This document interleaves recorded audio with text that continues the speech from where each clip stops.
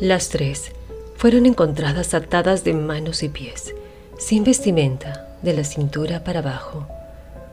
Las tres estaban atadas a bloques de concreto. Las tres fueron arrojadas al mar, estando aún con vida. Pero ¿quiénes eran estas mujeres y por qué encontraron tan cruel destino? ¿Quién sería capaz de hacerles lo inimaginable? Hoy, la historia de unas vacaciones que se convirtieron en terror. La historia que no debió de ser historia. Tragedia y horror, víctimas de un viaje fatídico.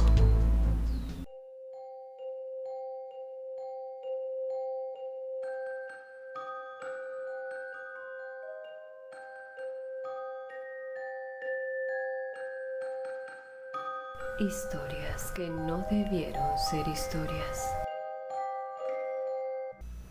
El 4 de junio de 1989, un grupo de personas que se encontraban en un velero cruzando justo el puente Sunshine Skyway en la bahía de Tampa, Florida, visualizaron un cuerpo flotando. Mientras tanto, un segundo cuerpo fue hallado también flotando a 3 kilómetros al norte. En tanto la Guardia Costera recuperaba este segundo cuerpo, se recibía una llamada sobre la aparición de un tercer cuerpo flotando a 200 metros al este. Los cuerpos rescatados correspondían a 3 mujeres y fueron hallados flotando boca abajo. Debido al tiempo en que los cuerpos estuvieron en el mar y debido al clima cálido de la zona, los cabellos, fibras de telas o ADN que pudieran haber tenido desaparecieron con el agua marina, por lo cual tampoco existían pruebas forenses sobre algún tipo de abuso. Los cuerpos sufrieron una descomposición más acelerada mientras se encontraban bajo el agua y había hecho imposible la confirmación. Los medios de comunicación comenzaron a transmitir la noticia de tal impactante hecho. Por ello, el 8 de junio, el gerente de un hotel, Days Inn, se contacta con la policía para informarles que el 1 de junio, 3 días antes que aparecieran los cuerpos, una mujer se hospedó allí con sus 2 hijas adolescentes. Salieron esa misma noche con la intención de retornar, pero desde ese momento no las había vuelto a ver. No habían pasado ninguna noche en el hotel. Las camas estaban hechas y todas sus cosas se encontraban intactas, tal como las dejaron en su habitación. Se trataban de Joanne Rogers, de 36 años, y sus 2 hijas, Michelle, de 17, y Christy, de 14. La policía se comunica con Hal Rogers, esposo de Joanne y padre de las chicas, quien dio acceso a los registros dentales para su identificación. Solo después de una semana, y a través de dichos registros, los cuerpos pudieron ser recién identificados. Eran las Rogers, las mismas mujeres que se habían hospedado y que no regresaron al hotel. Las 3 fueron encontradas atadas de manos y pies, sin vestimenta de la cintura para abajo. Las cuerdas encontradas alrededor de su cuello estaban atadas a bloques de concreto. En las autopsias se determinó que las 3 fueron arrojadas al mar estando aún con vida. Las cuerdas atadas a esos bloques garantizaban que las víctimas dejaran de existir por asfixia o ahogamiento. La Universidad de Florida del Sur fue convocada por la policía para que les ayudara a determinar desde dónde fueron arrojadas las víctimas, desde un puente, un bote u otro, y así determinaron que las habían arrojado desde el centro de la misma bahía. Joanne Rogers, sus hijas y su esposo Hal vivían en una granja lechera en Wilshire, Ohio.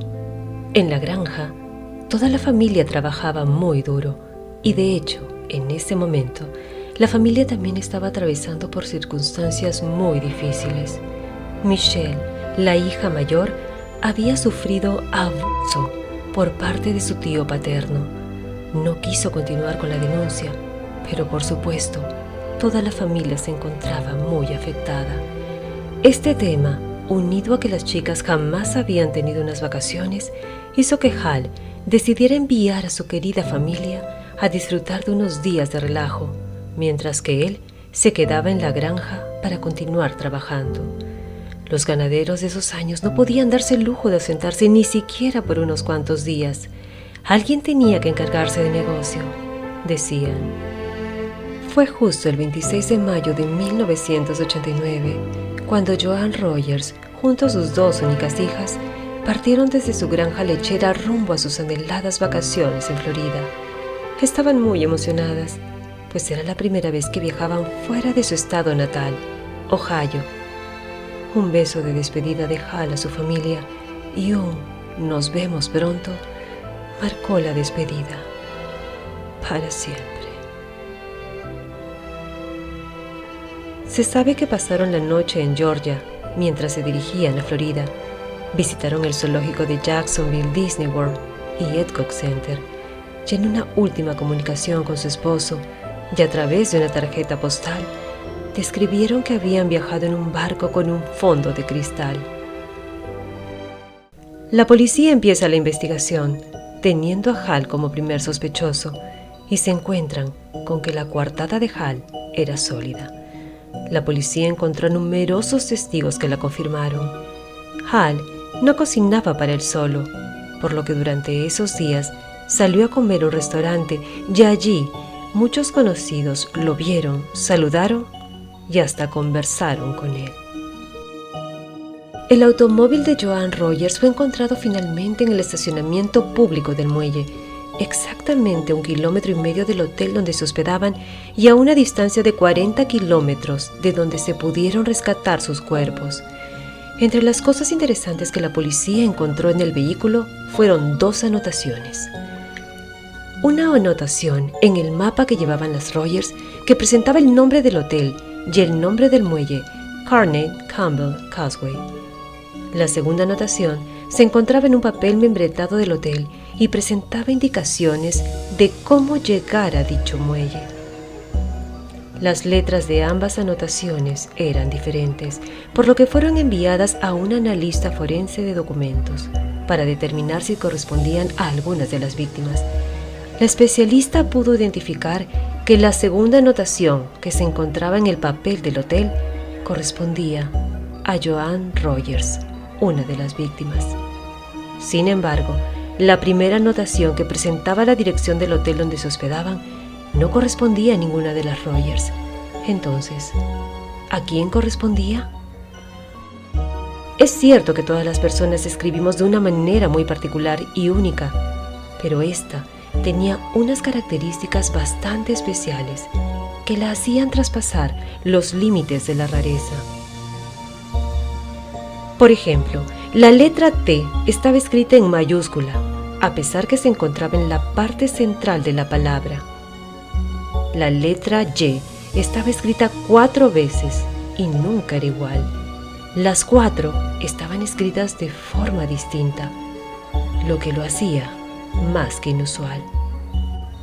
Y con respecto a la anotación de Joan Rogers, la policía también encontró particular y sospechoso que en la parte final Joan escribiera las siguientes palabras: Blue and white, azul y blanco en español. ¿Podría referirse a los colores de un barco? Para esos años donde no existían los celulares inteligentes para tomar fotos de recuerdo, existían las cámaras fotográficas de concepto analógico. Para captar las imágenes, estas cámaras necesitaban unos rollos de película que tenían capacidad para tomar entre 24 a 36 fotos. En la habitación de las Rogers, la policía logró recuperar un rollo de película que las mujeres utilizaron para captar los recuerdos de sus vacaciones. Y además, en la habitación encontraron las huellas dactilares de las 3 mujeres. En una de las fotos develadas, se pudo ver a Michelle sentada en el suelo. Y la foto final fue tomada desde el balcón del hotel y mostraba el sol comenzando a ponerse sobre la bahía de Tampa. Esto demostraba que las 3 estaban vivas y estuvieron en su habitación cuando inició la puesta del sol. Testigos las vieron por última vez a las 7:30 de la noche aproximadamente en el restaurante del hotel. Para la policía, aparece un nuevo sospechoso, Jason Wilcox. Era un personaje que realizaba negocios turbios por la zona. De hecho, contaba ya con antecedentes penales por agresión. Tenía un barco azul y blanco, tal y como lo escribió Joan Rogers en su anotación. Vivía a 8 kilómetros y también tenía bloques de concreto en su propiedad. Y recordemos que las Rogers fueron encontradas atadas a unos bloques de concreto. También realizaba paseos sin licencia en su barco, color azul y blanco. 15 días antes del acontecimiento de las Rogers, una turista canadiense de 24 años denunció que fue atacada y abusada. Su historia comienza cuando conoce a un hombre gentil, amable y aparentemente confiable, quien le invitó a acompañarlo en su barco para mostrarle la bahía. La mujer acepta encantada, pero cuando llegan a una distancia donde nadie podía observarlos, el hombre la amenazó y procedió con el ataque. Al anochecer, el hombre la llevó hasta la orilla y soltó a la mujer para que llegara nadando lo que quedaba del trayecto. Antes de realizar la denuncia, la mujer se bañó, eliminando toda prueba de ADN. La policía le mostró la foto de Jason Wilcox y ella lo descartó como su atacante. Además, Wilcox pasó la prueba del polígrafo y tenía coartada para el momento de los hechos, quedando eliminado como sospechoso. La turista canadiense pudo describir al hombre haciéndose un retrato hablado. La policía entonces consideró que podría tratarse del mismo hombre que acabó con las Rogers. Este retrato fue publicado y difundido para capturar al agresor. Mucha gente pensó reconocerlo, haciendo cientos de llamadas a la policía, pero ninguna pista llevó a nada. Y así, este caso quedó congelado hasta 3 años después. Llegamos a 1992. Este caso terrible había conmovido tanto a la comunidad y a la policía que querían resolverlo, pero no encontraban pistas para poder avanzar. Fue entonces que se les ocurrió una idea muy particular. La policía publicó en diferentes paneles publicitarios de la zona la anotación con la letra del posible autor del crimen de las Rogers, la que contenía el nombre del muelle. También se ofreció una recompensa de $25,000 con la siguiente pregunta: ¿quién escribió estas indicaciones? Puede ser que usted sepa quién acabó con las Rogers. Una vecina llamada Joan Steffi, mientras recorría la autopista, vio el panel y creyó reconocer esa letra. Sin embargo, tenía que llegar a casa para confirmar si realmente correspondía a la persona que ella estaba pensando. Poco tiempo atrás, Joan había contratado a un hombre para unas obras en su casa. A ella nunca le dio buena espina, ya que el hombre evitaba hacer contacto visual con ella. Buscó el recibo que dicho hombre emitió, lo vio, y aunque no era una experta, no tuvo ninguna duda. Con la seguridad de que correspondía a la misma persona, llevó sus pruebas a la policía. Teresa Stubbs, la analista que estudió las letras de las anotaciones, se familiarizó tanto en la escritura del sospechoso que cuando revisó el recibo, miró el papel y enseguida reconoció las letras T mayúsculas y las diferentes Y's. En pocos minutos confirmó que el responsable de lo acontecido con las Rogers se llamaba Ova Chandler, quien vivía a menos de 1 kilómetro del muelle donde encontraron el automóvil de las Rogers. Tenía su pequeña empresa constructora y también había tenido un barco de color azul y blanco. Ova Chandler nació el 11 de octubre de 1946. Fue el cuarto de 5 hermanos y su familia era muy pobre. Cuando Ova Chandler tenía 10 años, su padre acabó con su propia vida. Fue tanto lo que lo afectó que en el momento en que los sepultureros lanzaban la tierra para cubrir la tumba del padre, se lanzó dentro del agujero sobre el cajón, llorando incontrolablemente. No se sabe si fue por una profunda tristeza o por rabia y enojo, pues su padre fue una persona supremamente estricta. A partir de entonces, llevó una vida muy inestable y viviendo de casa en casa entre sus familiares. Registró antecedentes penales desde su adolescencia. Fue arrestado más de 20 veces. Mientras era menor de edad y durante su vida adulta, realizó una serie de delitos: posesión de dinero falso, robos, secuestros, acoso, agresiones sexuales y actos contra el pudor.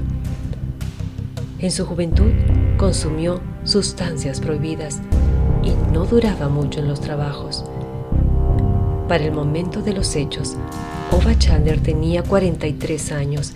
Estaba casado con Debra Whiteman, con quien aparentemente llevaba una relación buena y con quien llevaba también una vida estable. Durante su vida, tuvo 8 hijos con 7 mujeres diferentes. Sus relaciones anteriores no fueron duraderas porque ejercía la violencia contra sus parejas. Solo algunos de sus hijos mantuvieron una relación cercana con él. La turista canadiense que fue atacada 15 días antes de lo acontecido con las Rogers fue llamada para realizar el reconocimiento respectivo.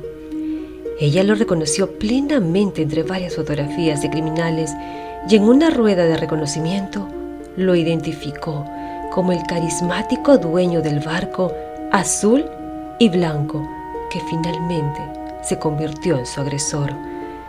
La policía procedió a su arresto inmediato por este hecho, en tanto recopilaban pruebas en su contra por el caso de las Rogers. De acuerdo a la policía, conoció de casualidad a las Rogers en una gasolinera. Joan estaba buscando una dirección. Él le dio las indicaciones y las escribió en el mapa que tenían las mujeres para su ubicación. Notó que la matrícula de su vehículo correspondía a Ohio y no a Florida. Las vio entonces un blanco fácil e hizo conexión con ellas cuando les dijo que él había nacido en Ohio, la ciudad de las Rogers. Por ser carismático y amable, creó confianza en las mujeres y las invitó a navegar para ver el atardecer en su barco azul y blanco.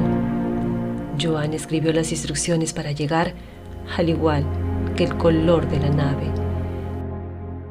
Cuando las Rogers subieron al barco de Chandler y navegaron bahía adentro para ver el atardecer, ya no tendrían escapatoria.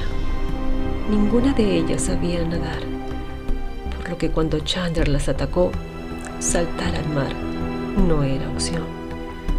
Es muy probable que él haya abusado de las mujeres, ya que por sus antecedentes, ese era su principal objetivo. Para no ser atrapado, las ató a los bloques de hormigón y las arrojó al mar, una a una, estando aún con vida. Llamó a su esposa desde su barco para decirle que llegaría muy tarde, pues estaba varado debido a la fuga de gas en el tanque de combustible de su nave. Es probable que las Rogers hayan abordado el barco de Chandler en el muelle Carnet Campbell Causeway entre las 8:30 y 9 de la noche. Para las 3 de la mañana del día siguiente, ya habrían dejado de existir. En su juicio celebrado en 1994, Ova Chandler nunca aceptó haber acabado con las Rogers. Admitió que sí las conoció y que escribió en el mapa unas indicaciones, pero nunca más las volvió a ver. Aseguró que fue a pescar a la bahía de Tampa, pero quedó varado por una fuga en su tanque de combustible. Sin embargo, entre las pruebas que presentó la Fiscalía en su contra, tenemos 1. De acuerdo a los registros de las comunicaciones de los barcos que navegan en la bahía de Tampa, se confirmó que dentro de los días en que Ova Chandler había salido a navegar, lo hizo el día en que abusaron de la turista canadiense y el día en que acabaron con las Rogers. 2. En el juicio, la turista canadiense contó que Chandler se presentó como el enfermero Dave Posno y que con engaños logró convencerla de subir a su barco. Asimismo, ella describió el interior de la nave, la misma que la policía logró recuperar, ya que Chandler la había vendido luego de acabar con las Rogers para desaparecer evidencia. 3. En la anotación que contenía su letra, con exámenes posteriores, los investigadores comprobaron sin ninguna duda que allí también se encontraba la huella de la palma de su mano. Los 12 miembros del jurado lo declararon culpable y la jueza encargada lo condenó a la pena máxima, la pena de muerte. 21 años después de acabar con las Rogers, el 15 de noviembre de 2011, a las 4:08 de la tarde en la prisión de Florida, sin hacer uso a su derecho de decir unas últimas palabras, y en presencia de Hal Rogers, esposo y padre de las víctimas, Ova Chandler pagó con su vida por sus terribles acciones. Dejó una última declaración escrita a los funcionarios de su prisión, la que al pie decía lo siguiente: hoy estás acabando con un inocente. Con ilusión y alegría, una madre y sus 2 hijas salieron a tomar sus primeras vacaciones, las que serían inolvidables para ellas. Lastimosamente, se toparon con un ser de una maldad inimaginable, y esas vacaciones que serían tan maravillosas se transformaron en tragedia, convirtiéndolas en las víctimas de un viaje fatídico. Muchas gracias por estar aquí. Ahora te invito a que me dejes tus comentarios. ¿Qué te pareció la historia de hoy? Tu opinión es muy importante y me encantaría conocerla, pero recuerda darla siempre con respeto. Y si te gustó, no te olvides de dejarme un like. Si deseas que narre alguna historia en particular, escríbemelo también en los comentarios. Te dejo todas mis fuentes en la caja de descripción y las herramientas que utilizo.